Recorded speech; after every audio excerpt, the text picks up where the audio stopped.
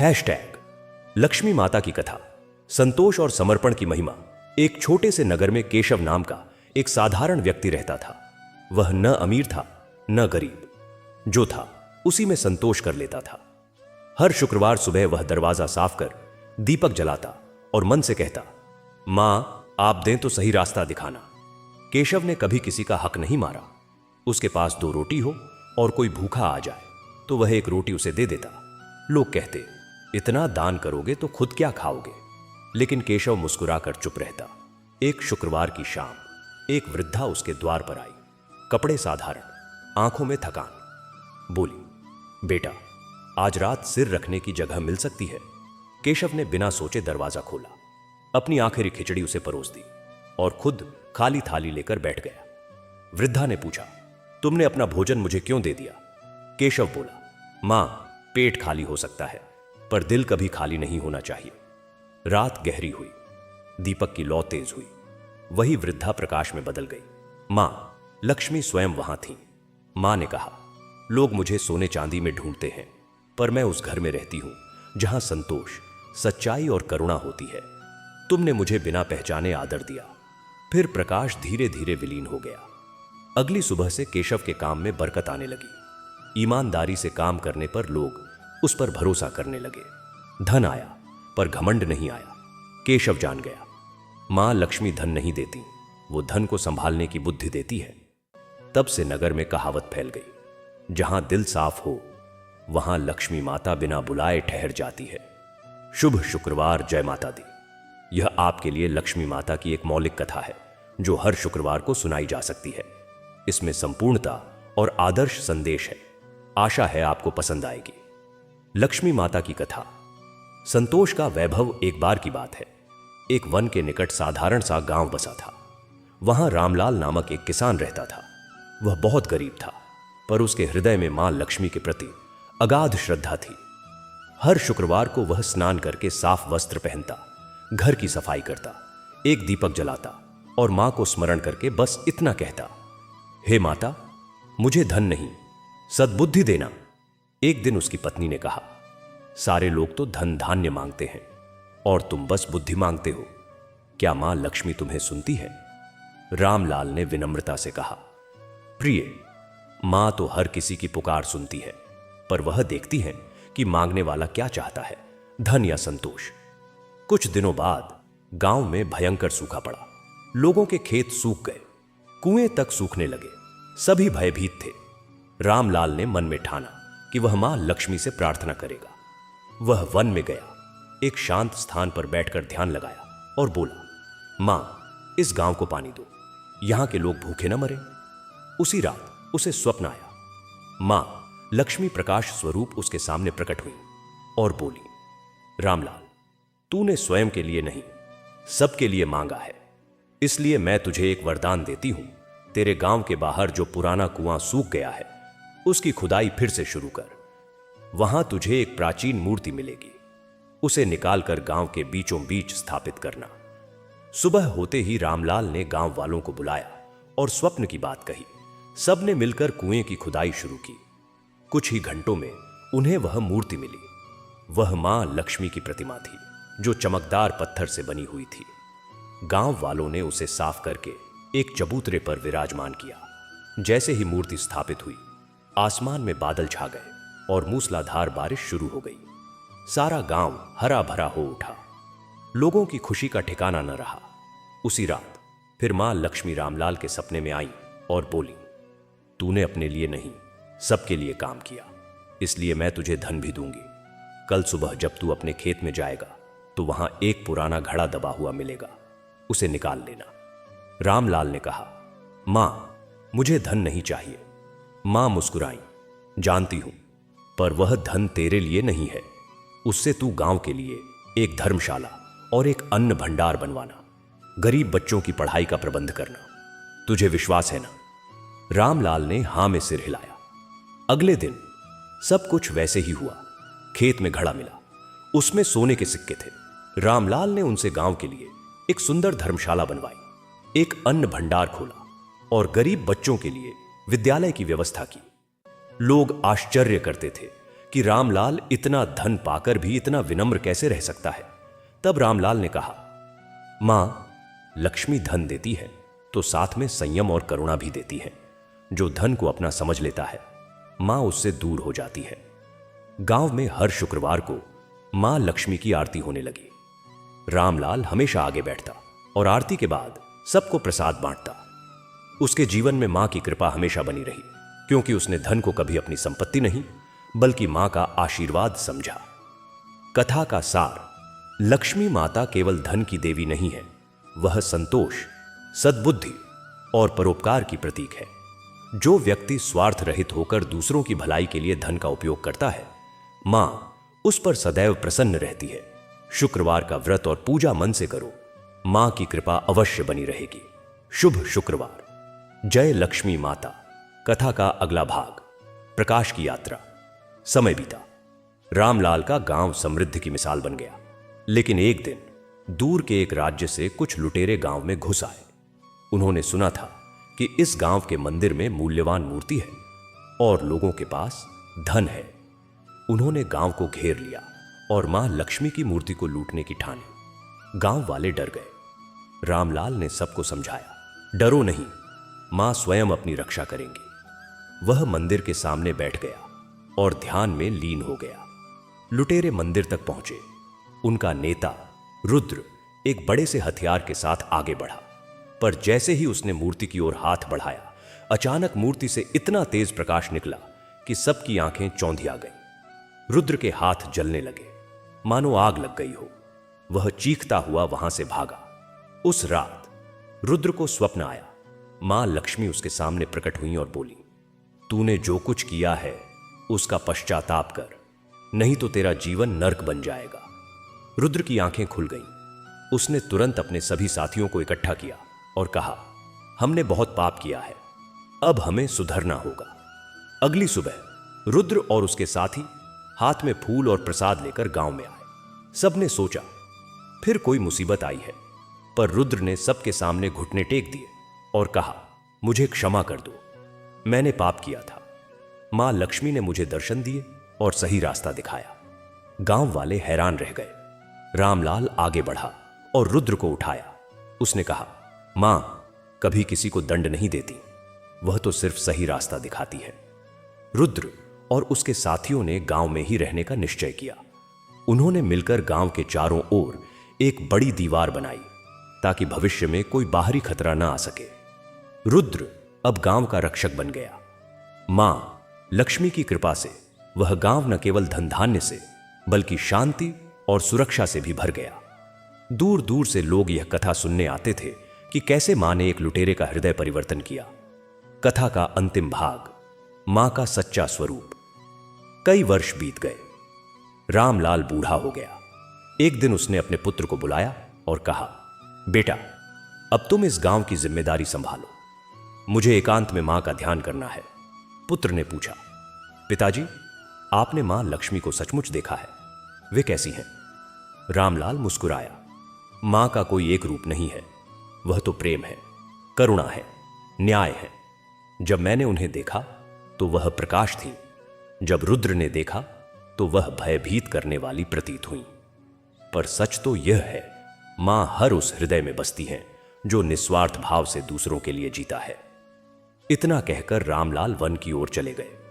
उन्होंने एक छोटी सी कुटिया बनाई और वहां रहने लगे। हर शुक्रवार को गांव से लोग उनके पास आते, प्रसाद लेते और आशीर्वाद लेते। एक शुक्रवार की शाम जब रामलाल ध्यान में बैठे थे तो उन्होंने देखा कुटिया के द्वार पर फिर से वही प्रकाश है। मां लक्ष्मी प्रकट हुई। रामलाल ने नमन किया। मां बोली, रामलाल, तेरा जीवन पूर्ण हुआ। तूने मेरे सच्चे स्वरूप को पहचाना। अब तू चाहे तो मेरे साथ चल सकता है। रामलाल ने विनम्रता से कहा, मां, मैं तो हमेशा से आपके साथ ही हूं, पर अभी इस गांव को मेरे पुत्र की जरूरत है। मैं यहीं रहकर उसका मार्गदर्शन करना चाहता हूं। मां की आंखों में प्रेम झलका। वह बोली, तू सच्चा भक्त है, तुझे जो चाहिए वही मिलेगा। और वह प्रकाश में विलीन हो गई। अगले दिन जब लोग रामलाल की कुटिया में गए तो वह शांति से बैठे हुए थे। देह त्याग चुके थे, पर चेहरे पर एक दिव्य आभा थी। सब जान गए मां ने उन्हें सदा के लिए अपने पास बुला लिया था। कथा का संदेश। 1. मां लक्ष्मी केवल धन नहीं देती, वह जीवन का संतुलन देती है। 2. सच्ची लक्ष्मी वह है जो हमारे हृदय में निस्वार्थ भाव जगाए। 3.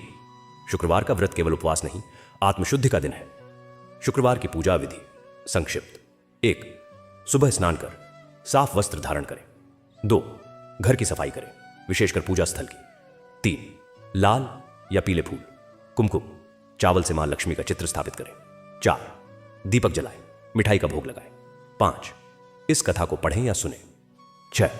सच्चे मन से प्रार्थना करें, हे माता, मुझे धन नहीं, धन का सदुपयोग करने की बुद्धि देना। जय लक्ष्मी माता। शुभ शुक्रवार। कथा का विस्तार। प्रेम का प्रसाद। रामलाल के जाने के बाद उनका पुत्र शिवलाल गांव का मुखिया बना। वह अपने पिता की शिक्षाओं को याद रखता था। लक्ष्मी माता की कृपा बनाए रखने के लिए घमंड न करना, निस्वार्थ भाव से देना और हर शुक्रवार को मां को याद करना। एक बार गांव में एक नई परीक्षा आई। दूसरे प्रदेश से एक सेठ आया। उसने देखा कि यह गांव बहुत समृद्ध है। उसने ईर्ष्या से सोचा, क्यों इतना छोटा सा गांव इतना धनी है, मैं इनकी समृद्धि छीन लूंगा। उसने एक चाल चली। वह गांव में एक सुंदर सा मकान बनवाकर रहने लगा। धीरे धीरे उसने लोगों से दोस्ती करनी शुरू की। फिर उसने कहा, आप लोग मां लक्ष्मी की पूजा करते हैं, पर मैं जानता हूं एक मंत्र जिससे मां और जल्दी प्रसन्न होती है। लोग उत्सुक हो गए। सेठ ने कहा, हर शुक्रवार को आपको सोने का एक सिक्का मंदिर में चढ़ाना होगा और मैं विशेष पूजा करूंगा। इससे मां प्रसन्न होंगी और आपको दोगुना धन वापस मिलेगा। कुछ लालची लोग इस बात में आ गए। उन्होंने सोने के सिक्के दिए। पहले कुछ शुक्रवारों तक सेठ ने उन्हें दोगुना सिक्का लौटा दिया, चोरी से लाए हुए धन से। लोग और भरोसा करने लगे। धीरे धीरे सेठ ने बहुत से सोने के सिक्के इकट्ठे कर लिए। एक दिन शिवलाल को शक हुआ। उसने सेठ से कहा, सेठ जी, मां लक्ष्मी तो निस्वार्थ भाव से मिलने वाली है, यह दोगुना धन वाली बात मुझे ठीक नहीं लगती। सेठ ने कहा, तुम अभी जवान हो, पूजा पाठ के गूढ़ रहस्य नहीं जानते। लेकिन शिवलाल ने मन ही मन मां लक्ष्मी से प्रार्थना की, मां, अगर यह सच्चा है तो ठीक है, पर अगर यह छल है तो कृपया इसका पर्दाफाश करें। अगले शुक्रवार को जब सेठ मंदिर में पूजा कर रहा था, तभी अचानक मंदिर के दरवाजे बंद हो गए। भीतर सेठ अकेला रह गया। वह डर गया। तभी मां लक्ष्मी की मूर्ति से आवाज आई, अरे मूर्ख, तूने मेरे नाम पर लोगों को ठगा है। तूने नहीं सुना कि जो मेरे नाम पर छल करता है उसका अंत बुरा होता है। सेठ कांपने लगा। वह गिड़गिड़ाया, मां, मैंने पाप किया है, मुझे क्षमा कर दो, मैं सब कुछ वापस कर दूंगा। मूर्ति से प्रकाश निकला और सेठ के माथे पर एक तिलक सा अंकित हो गया। मां की आवाज आई, यह तिलक तेरे पाप का प्रतीक है। जब तक तू सच्चे मन से प्रायश्चित नहीं करेगा, यह तिलक नहीं मिटेगा। दरवाजे खुल गए। सेठ बाहर आया तो सबने देखा उसके माथे पर एक अजीब सा निशान था। सेठ ने सबके सामने सच्चाई कबूल कर ली और सभी का धन वापस कर दिया। शिवलाल ने उसे क्षमा कर दिया और कहा, सेठ जी, मां लक्ष्मी कभी किसी को दंड नहीं देती, वह तो सिर्फ सही रास्ता दिखाती है। अब आप भी हमारे गांव में रहिए, पर ईमानदारी से। सेठ ने गांव में ही रहने का निर्णय लिया। उसने अपना सारा धन गरीबों की सेवा में लगा दिया। धीरे धीरे वह तिलक भी मिट गया। कथा का और विस्तार। 3 पीढ़ियों का संदेश। समय बीता। शिवलाल का पुत्र किशनलाल अब जवान हुआ। वह पढ़ाई के लिए शहर गया। शहर में उसने नए विचार सीखे, विज्ञान, तर्क, आधुनिकता। जब वह गांव लौटा तो उसने कहा, पिताजी, यह सब पूजा पाठ, मंत्र तंत्र अंधविश्वास है, हमें आधुनिक बनना चाहिए। शिवलाल ने धैर्य से कहा, बेटा, पूजा अंधविश्वास नहीं है, यह तो अपने मन को शुद्ध करने का तरीका है। तुम्हारे दादा ने जो सिखाया वह मैं तुम्हें बताता हूं। पर किशनलाल नहीं माना। उसने शुक्रवार की पूजा बंद कर दी। गांव के लोग चिंतित हुए। एक बुजुर्ग ने कहा, बेटा, परंपरा को न तोड़ो। लेकिन किशनलाल हठ पर अड़ा रहा। एक दिन गांव में एक नई समस्या आई। बारिश नहीं हुई, खेत सूखने लगे। लोगों ने कहा, शायद मां नाराज है क्योंकि मुखिया के घर में पूजा बंद हो गई है। किशनलाल ने कहा, यह अंधविश्वास है, समस्या का वैज्ञानिक समाधान ढूंढते हैं। उसने नलकूप लगवाने की कोशिश की, पर पानी का स्तर बहुत नीचे था। वह हारने लगा। एक रात जब वह चिंता में सो नहीं पा रहा था, तभी उसे एक स्वप्न आया। स्वप्न में रामलाल, उसके दादा, प्रकट हुए और बोले, बेटा, विज्ञान अच्छा है, पर आस्था भी जरूरी है। तूने पूजा को समझा ही नहीं। पूजा तो मन की शुद्धि है, मां से जुड़ाव है। तू वैज्ञानिक तरीके से खेती कर, पर मां का आशीर्वाद भी ले। दोनों साथ चल सकते हैं। अगले दिन किशन लाल ने अपने पिता से कहा, पिताजी, मैं गलत था।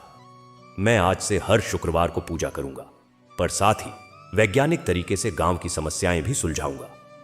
उसने पूजा फिर से शुरू की और साथ ही नए तरीके से जल संरक्षण के उपाय किए। कुछ ही महीनों में स्थिति सुधरने लगी। गांव वाले खुश हुए। किशन लाल ने समझ लिया, मां लक्ष्मी प्रगति की देवी हैं। वह चाहती हैं कि हम आधुनिक बने, पर अपनी जड़ों को न भूलें। कथा का सारांश: 1. धन से बड़ा धर्म है। लक्ष्मी माता धन देती है, पर उसका सदुपयोग हमारा धर्म है। 2. छल से नहीं, श्रद्धा से मां के नाम पर किया गया छल विनाश लाता है। 3. परंपरा और प्रगति साथ साथ, पूजा और विज्ञान दोनों जरूरी हैं। शुक्रवार विशेष, शुक्रवार के दिन पीले या लाल वस्त्र पहने, नमक न खाएं या कम खाएं, गरीब को भोजन या वस्त्र दान करें, किसी से झूठ न बोलें, रात को दक्षिण दिशा की ओर पैर करके न सोएं। प्रार्थना: हे माता लक्ष्मी, तुम ही समृद्धि हो, तुम ही शांति हो।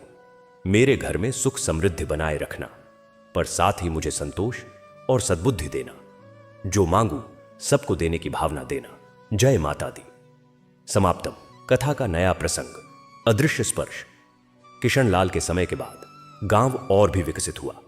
अब वहां बिजली आ गई, स्कूल बन गया, अस्पताल खुल गया। पर एक नई चुनौती आई। लोग भौतिक सुखों में इतने मग्न हो गए कि उनके बीच प्रेम और एकता कम होने लगी। हर कोई अपने लिए जीने लगा। गांव के पास ही एक छोटा सा जंगल था, जहां एक वृद्ध साध्वी रहती थी, मैया। वह कभी कभी गांव में आती और लोगों को समझाती, बेटा, धन तो आया जाया है, पर प्रेम और एकता स्थायी है। पर लोग उनकी बात को गंभीरता से नहीं लेते थे। एक बार गांव में भयंकर बाढ़ आई। नदी किनारे बसे गांव के आधे हिस्से में पानी भर गया। लोग अपनी अपनी संपत्ति बचाने में लग गए। कोई किसी की मदद के लिए आगे नहीं आया। किशन लाल अब बूढ़ा हो चला था। उसने लोगों को पुकारा, साथियों, एकजुट हो जाओ। मां लक्ष्मी उसी घर में ठहरती हैं जहां एकता होती है। पर लोग नहीं सुन रहे थे। तभी मैया साध्वी वहां आई। उन्होंने एक छोटा सा दीपक जलाया और मां लक्ष्मी का नाम लिया। फिर उन्होंने कहा, जो मेरे साथ आए, चलो उनकी मदद करें जिनका सब कुछ बह गया है। कुछ युवाओं ने मैया का साथ दिया। वे बाढ़ में फंसे लोगों को बचाने लगे। अचानक एक चमत्कार हुआ। जिस रास्ते से मैया चल रही थी, वहां पानी का स्तर अपने आप कम होने लगा, मानो पानी रास्ता दे रहा हो। लोग हैरान रह गए। वे समझ गए, यह मां लक्ष्मी की कृपा है। अब सभी एकजुट हो गए। सबने मिलकर बाढ़ पीड़ितों की मदद की। बाढ़ के बाद गांव वालों ने मिलकर फिर से अपने घर बनाए, इस बार और मजबूती से। मैया ने कहा, देखो, जब तक तुम अलग अलग थे, तुम कमजोर थे। जब एक हो गए तो तुम्हें मां की कृपा मिली। लक्ष्मी माता केवल धन की देवी नहीं है, वह एकता की देवी है। नया पाठ, सच्चा खजाना। कुछ साल बाद गांव में एक नया संकट आया। शहर से एक बड़ा व्यापारी आया। उसने गांव के जंगल को काटकर मॉल बनाने का प्रस्ताव रखा। उसने हर परिवार को बहुत सारा पैसा देने का वादा किया। कुछ लोग लालच में आ गए। उन्होंने कहा, इतना पैसा मिलेगा तो हमारी कई पीढ़ियां आराम से रहेंगी। पर कुछ बुजुर्गों ने कहा, नहीं, यह जंगल हमारी धरोहर है। यहां हमारे दादा परदादा की यादें हैं। यहां मां लक्ष्मी का प्राकृतिक स्वरूप है। गांव में बहस होने लगी। तभी किशनलाल के पोते आनंद, जो अब इंजीनियर बनकर शहर से लौटा था, ने एक समाधान सुझाया। उसने कहा, हम जंगल न काटें, बल्कि इसे लक्ष्मी वन के रूप में विकसित करें। यहां हम प्राकृतिक सौंदर्य बनाए रखते हुए छोटे छोटे कुटीर बनाएं, जहां शहर के लोग प्रकृति का आनंद लेने आए। इससे गांव को आय भी होगी और जंगल भी बचेगा। सबको यह विचार पसंद आया। आनंद ने मैया साध्वी से पूछा, मैया, क्या यह ठीक रहेगा? मैया मुस्कुराई। बेटा, मां लक्ष्मी प्रकृति में भी रहती है। तुम प्रकृति को बचाकर उनकी सेवा कर रहे हो, यह अच्छा विचार है। गांव वालों ने मिलकर लक्ष्मी वन बनाया। धीरे धीरे यह जगह प्रसिद्ध हो गई। लोग दूर दूर से यहां आने लगे। गांव की आय बढ़ी, बेरोजगारों को काम मिला। एक दिन मैया साध्वी ने गांव वालों को बुलाया और कहा, मैं अब इस शरीर को छोड़ने जा रही हूं, पर जाना चाहती हूं कि तुमने सीख लिया है, सच्चा खजाना पैसा नहीं बल्कि प्रकृति, एकता और संस्कृति है। मैया के जाने के बाद गांव वालों ने जंगल में एक छोटा सा मंदिर बनाया, जहां मां लक्ष्मी की प्राकृतिक मूर्ति एक शिला के रूप में स्थापित की। यह मंदिर प्रकृति लक्ष्मी मंदिर कहलाया। कथा का संदेश: 1. लक्ष्मी माता प्रकृति में भी विराजमान है। पर्यावरण की रक्षा करना भी मां की सेवा है। 2. एकता में समृद्धि। जहां एकता होती है वहां मां लक्ष्मी स्वयं चली आती है। 3. संतुलन जरूरी है। विकास और परंपरा के बीच संतुलन बनाए रखें। विशेष पूजा विधि प्रकृति लक्ष्मी के लिए: 1. पेड़ लगाए, विशेषकर तुलसी या आंवला। 2. पशु पक्षियों को दाना पानी दें। 3. नदी तालाब को स्वच्छ रखें। 4. प्रकृति में बैठकर ध्यान करें। प्रार्थना: हे प्रकृति लक्ष्मी, तुम हवा हो, पानी हो, धरती हो, हमें तुम्हारी रक्षा करने की बुद्धि दो। हमारे घर में समृद्धि दो, पर साथ ही हमारी धरती को भी समृद्ध बनाए रखो। जय माता दी। कथा अभी जारी है। मां की कृपा कभी समाप्त नहीं होती। कथा का नया अध्याय: अनंत कथा। प्रकृति लक्ष्मी मंदिर की स्थापना के बाद गांव में एक नया उत्साह आया। अब हर शुक्रवार को लोग मंदिर में नहीं बल्कि जंगल में इकट्ठा होते, वहीं पूजा करते, प्रकृति का ध्यान करते। बच्चों को पेड़ों के नाम सिखाए जाने लगे। बुजुर्गों ने प्राकृतिक चिकित्सा पद्धतियां याद करनी शुरू की। लेकिन एक नई पीढ़ी आई, डिजिटल युग की। आनंद का बेटा नवीन सॉफ्टवेयर इंजीनियर था और अमेरिका से वापस आया था। उसने देखा कि गांव अब भी पुराने रीति रिवाजों में जी रहा है। उसने एक विचित्र प्रस्ताव रखा।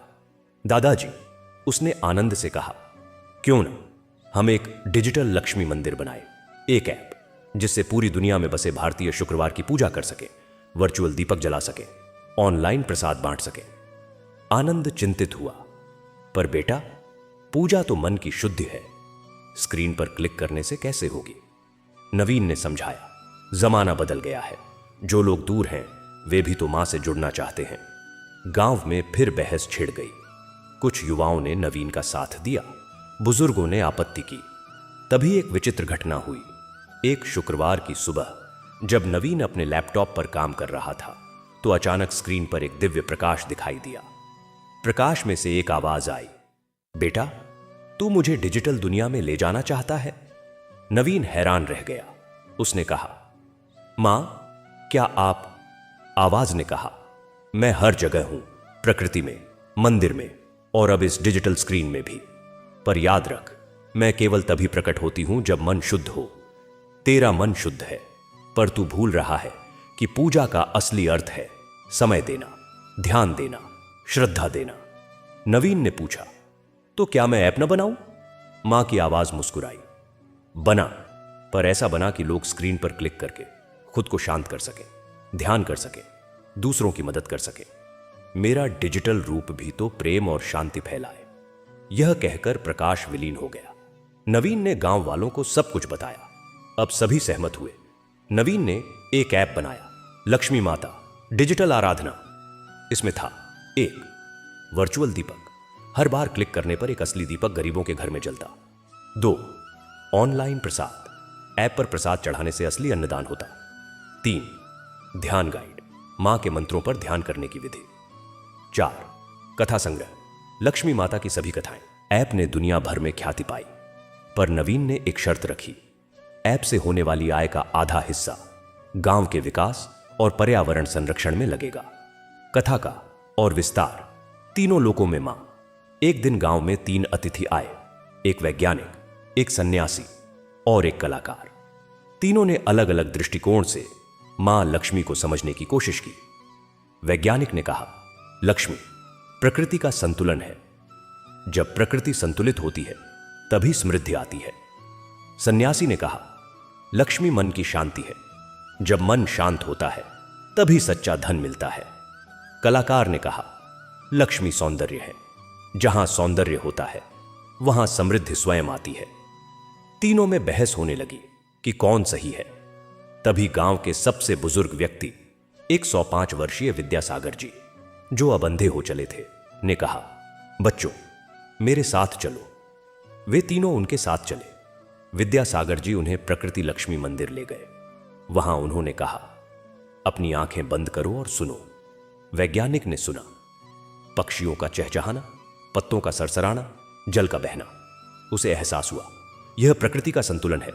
सन्यासी ने सुना, मन की शांति, हृदय की धड़कन, सांसों का प्रवाह। उसे एहसास हुआ यह आंतरिक शांति है। कलाकार ने सुना, संगीत, लय, सुंदरता। उसे एहसास हुआ यह सौंदर्य है। विद्यासागर जी ने कहा, अब आंखें खोलो। तीनों ने आंखें खोली और देखा, वहां मां लक्ष्मी की प्राकृतिक मूर्ति के सामने 3 अलग अलग चीजें रखी थीं। एक वैज्ञानिक का यंत्र, एक सन्यासी का कमंडल और एक कलाकार का तूलिका। विद्यासागर जी बोले, मां हर रूप में है, विज्ञान में, आध्यात्म में, कला में। तुम तीनों सही हो। मां को पाने के 1000 रास्ते हैं, पर मंजिल एक है, प्रेम, शांति, समृद्धि। तीनों अतिथि समझ गए। उन्होंने गांव में ही रहने का निर्णय लिया। वैज्ञानिक ने प्राकृतिक संसाधनों का संरक्षण सिखाया, सन्यासी ने ध्यान की विधियां बताई, कलाकार ने गांव को सुंदर बनाया। कथा का सार 1, मां सबके लिए है, हर व्यक्ति अपने तरीके से मां को पा सकता है। 2, पुराने और नए का मेल, परंपरा और आधुनिकता दोनों महत्वपूर्ण है।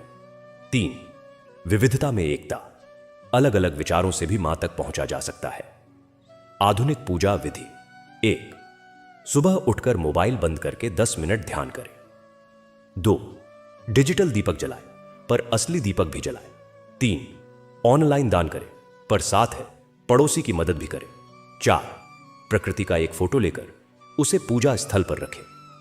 विश्व शांति प्रार्थना, हे विश्व लक्ष्मी, तुम हर देश में हो, हर धर्म में हो, हमें एकता का संदेश दो। जहां गरीबी हो वहां समृद्धि ले जाओ, जहां द्वेष हो वहां प्रेम ले जाओ। हम सब तुम्हारे बच्चे हैं, हमें आपस में प्रेम करना सिखाओ। जय जगत माता। मां की कथा कभी समाप्त नहीं होती जब तक संसार है, मां की कृपा है। कथा का विस्तार नवजागरण की ओर। नवीन के डिजिटल मंदिर की सफलता के बाद गांव अब एक आदर्श समुदाय बन चुका था। दूर दूर से लोग यहां आते, कुछ प्रकृति के दर्शन के लिए, कुछ आध्यात्मिक शांति के लिए, कुछ तकनीक और परंपरा के इस अनोखे मेल को देखने के लिए। गांव का नाम बदलकर लक्ष्मी धाम हो गया था, लेकिन संसार का नियम है, जहां प्रकाश होता है वहां छाया भी आती है। एक दिन समाचार मिला कि पड़ोस के राज्य में भयंकर अकाल पड़ा है, हजारों लोग भूखे मर रहे हैं। लक्ष्मी धाम के लोगों ने तुरंत मदद का निर्णय लिया। आनंद, जो अब गांव के मुखिया थे, ने सभा बुलाई। हमें उनकी मदद करनी चाहिए, उन्होंने कहा, पर केवल अन्नदान से काम नहीं चलेगा, हमें उन्हें स्थायी समाधान देना होगा। नवीन ने एक योजना प्रस्तुत की। हम लक्ष्मी कृषि विद्या नामक एक प्रोजेक्ट शुरू करें। हम उन्हें जल संरक्षण, ऑर्गेनिक खेती और मिश्रित फसल प्रणाली सिखाए। सभी सहमत हुए। लक्ष्मी धाम के लोगों ने पैसा, बीज, औजार और ज्ञान इकट्ठा किया। एक काफिला बनाया गया। वैज्ञानिक, किसान, युवा स्वयंसेवक सभी तैयार थे। जब वे अकालग्रस्त गांव पहुंचे तो दृश्य हृदय विदारक था। सूखी धरती, उदास चेहरे, निराशा हर तरफ। लक्ष्मी धाम के लोगों ने पहले खाना बांटा, फिर काम शुरू किया। 1 सप्ताह तक लगातार काम चला। कुआं खोदे गए, जल संचयन के ढांचे बनाए गए, नई कृषि तकनीक सिखाई गई। पर एक समस्या आई, स्थानीय लोगों में आत्मविश्वास की कमी थी। वे मान चुके थे कि उनकी किस्मत ही खराब है। तभी नवीन को एक विचार आया। उसने अपना लैपटॉप खोला और लक्ष्मी माता ऐप खोला। उसने एक नया फीचर जोड़ा, आशा का दीपक। उसने स्थानीय लोगों से कहा, आज रात हम सब मिलकर डिजिटल दीपक जलाएंगे। रात को जब सारा गांव इकट्ठा हुआ तो नवीन ने ऐप खोला। सैकड़ों लोगों ने एक साथ वर्चुअल दीपक जलाया। तभी एक अद्भुत घटना हुई। स्क्रीन पर मां लक्ष्मी का प्रकाश फैल गया। एक कोमल आवाज गूंजी, मेरे बच्चों, निराश मत हो, मैं हर कठिनाई में तुम्हारे साथ हूं। जिस धरती को तुम सूखी समझते हो उसी के गर्भ में जल है। जिस आकाश को तुम निर्दय समझते हो, उसी में बादल है। तुम्हें बस विश्वास करना है और मेहनत करना है। यह सुनकर लोगों की आंखों में आशा का प्रकाश लौट आया। अगले ही दिन जब वे नया कुआं खोद रहे थे तो पानी मिल गया। लोग खुशी से नाच उठे। लक्ष्मी धाम के लोगों ने वहां 3 महीने रहकर उन्हें स्वावलंबी बनाया। जब वे लौटे तो उनके साथ एक नया नारा आया, लक्ष्मी सेवा सबसे बड़ी पूजा। कथा का अगला भाग, 4 युगों की कथा। लक्ष्मी धाम में अब एक नई परंपरा शुरू हुई। हर वर्ष लक्ष्मी उत्सव मनाया जाने लगा। यह उत्सव 7 दिन चलता था और हर दिन का एक विशेष महत्व था। 1 प्रकृति दिवस, पेड़ लगाना, नदी सफाई दो। ज्ञान दिवस, पुस्तक दान, शिक्षण शिविर। 3 सेवा दिवस, गरीबों की मदद, रक्तदान शिविर। 4 कला दिवस, सांस्कृतिक कार्यक्रम, चित्रकला। 5 विज्ञान दिवस, नई तकनीक का प्रदर्शन। 4 ध्यान दिवस, सामूहिक ध्यान, योग। 7 उत्सव दिवस, भोज, आनंद, एकता। एक बार उत्सव के दौरान 4 रहस्यमय व्यक्ति आए। एक बूढ़ा अर्ष, एक मध्यम आयु की महिला, एक युवक और एक बच्चा। उन्होंने कहा कि वे चारों युगों के प्रतिनिधि हैं, सत्य युग, त्रेता युग, द्वापर युग और कलयुग। अर्षि सत्ययुग ने कहा, मेरे युग में लक्ष्मी माता हर घर में थीं क्योंकि सब सत्य बोलते थे। महिला त्रेता युग ने कहा, मेरे युग में लक्ष्मी माता यज्ञों में थीं क्योंकि सब धर्म का पालन करते थे। युवक द्वापर युग ने कहा, मेरे युग में लक्ष्मी माता भक्ति में थीं क्योंकि सब प्रेम से पूजा करते थे। बच्चे कलयुग ने कहा, मेरे युग में लोग कहते हैं लक्ष्मी माता चली गई, पर सच यह है कि वह अभी भी है, बस रूप बदल गया है। चारों ने गांव वालों से एक प्रश्न पूछा, तुम्हारे अनुसार आज के युग में लक्ष्मी माता कहां है? लोगों ने विचार किया। आनंद ने कहा, वह प्रकृति में है। नवीन ने कहा, वह तकनीक में है। बच्चों ने कहा, वह हमारे हृदय में है। बुजुर्गों ने कहा, वह परंपरा में है। तभी चारों प्रतिनिधि मुस्कुराए और एक हो गए। उनके स्थान पर मां लक्ष्मी प्रकट हुई। वह बोली, तुम सब सही हो, मैं हर जगह हूं, प्रकृति में, तकनीक में, हृदय में, परंपरा में। मैं चारों युगों में एक सी हूं, बस तुम्हारे देखने का नजरिया बदलता है। मां ने आगे कहा, कलयुग सबसे सुंदर युग है क्योंकि यहां मुझे पाने के 1000 रास्ते हैं। पहले केवल तप से मिलती थी, अब सेवा से भी मिलती हूं, ज्ञान से भी मिलती हूं, प्रेम से भी मिलती हूं। इस दर्शन के बाद मां ने गांव को एक वरदान दिया, तुम्हारा गांव अब लक्ष्मी धाम नहीं, लक्ष्मी संगम कहलाएगा क्योंकि यहां सब कुछ मिलता है, परंपरा और आधुनिकता, विज्ञान और आध्यात्म, प्रकृति और तकनीक, शिक्षा और संरक्षण का अध्याय। मां के वरदान के बाद लक्ष्मी संगम ने शिक्षा पर विशेष ध्यान दिया। एक नया विद्यालय बनाया गया, लक्ष्मी ज्ञानपीठ। इस विद्यालय की विशेषताएं थीं, 1 त्रिभाषा शिक्षा, संस्कृत, परंपरा, हिंदी, संस्कृति, अंग्रेजी, वैश्विकता। 2 तकनीकी शिक्षा, कंप्यूटर, रोबोटिक्स, पर्यावरण विज्ञान। 3 कला शिक्षा, संगीत, चित्रकला, शिल्पकला। 4 नैतिक शिक्षा, योग, ध्यान, सेवा भाव। विद्यालय का आदर्श वाक्य था, ज्ञान ही लक्ष्मी है। एक दिन विद्यालय के बच्चों ने एक प्रोजेक्ट शुरू किया, लक्ष्मी वन संरक्षण। उन्होंने देखा कि गांव के आसपास के जंगल में कुछ दुर्लभ पौधे और जीव विलुप्त हो रहे हैं। बच्चों ने शोध शुरू किया।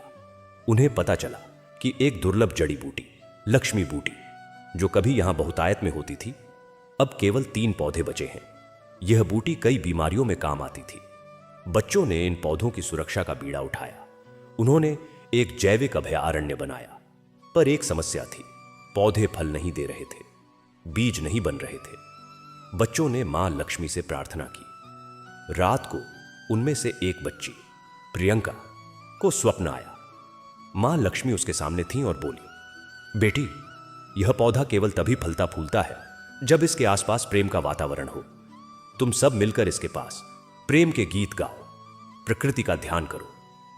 अगले दिन बच्चों ने वैसा ही किया। वे पौधों के पास बैठे, प्रकृति के गीत गाए, ध्यान किया। 1 सप्ताह में चमत्कार हुआ। पौधों पर फूल आ गए, फिर फल लगे। बच्चों ने बीज एकत्र किए और पौधे उगाए। आज लक्ष्मी संगम में लक्ष्मी बूटी के सैकड़ों पौधे हैं। और इससे बनी दवाइयां गरीबों को मुफ्त दी जाती हैं। कथा का संदेश। 1. शिक्षा सबसे बड़ी लक्ष्मी, ज्ञान ही सच्चा धन है। 2. युवा शक्ति, बच्चे और युवा समाज को बदल सकते हैं। 3. प्रकृति संरक्षण, प्रकृति की रक्षा में लक्ष्मी की सबसे बड़ी पूजा है। लक्ष्मी संगम के नियम। 1. हर परिवार साल में कम से कम 10 पेड़ लगाएगा। 2. हर व्यक्ति सप्ताह में 2 घंटे समाज सेवा करेगा। 3. हर घर में प्राचीन ज्ञान और आधुनिक विज्ञान दोनों की पुस्तकें होंगी। 4. हर शुक्रवार परिवार एक साथ बैठकर प्रार्थना करेगा। विशेष प्रार्थना बच्चों के लिए। हे मां लक्ष्मी, हमें अच्छा ज्ञान दो, अच्छा स्वास्थ्य दो, अच्छा चरित्र दो। हम प्रकृति की रक्षा करें, बड़ों का सम्मान करें, गरीबों की मदद करें। हमें ऐसा ज्ञान दो जिससे हम दुनिया को बेहतर बना सकें। जय माता दी। मां की कृपा अनंत है, कथा अनंत है, प्रेम अनंत है।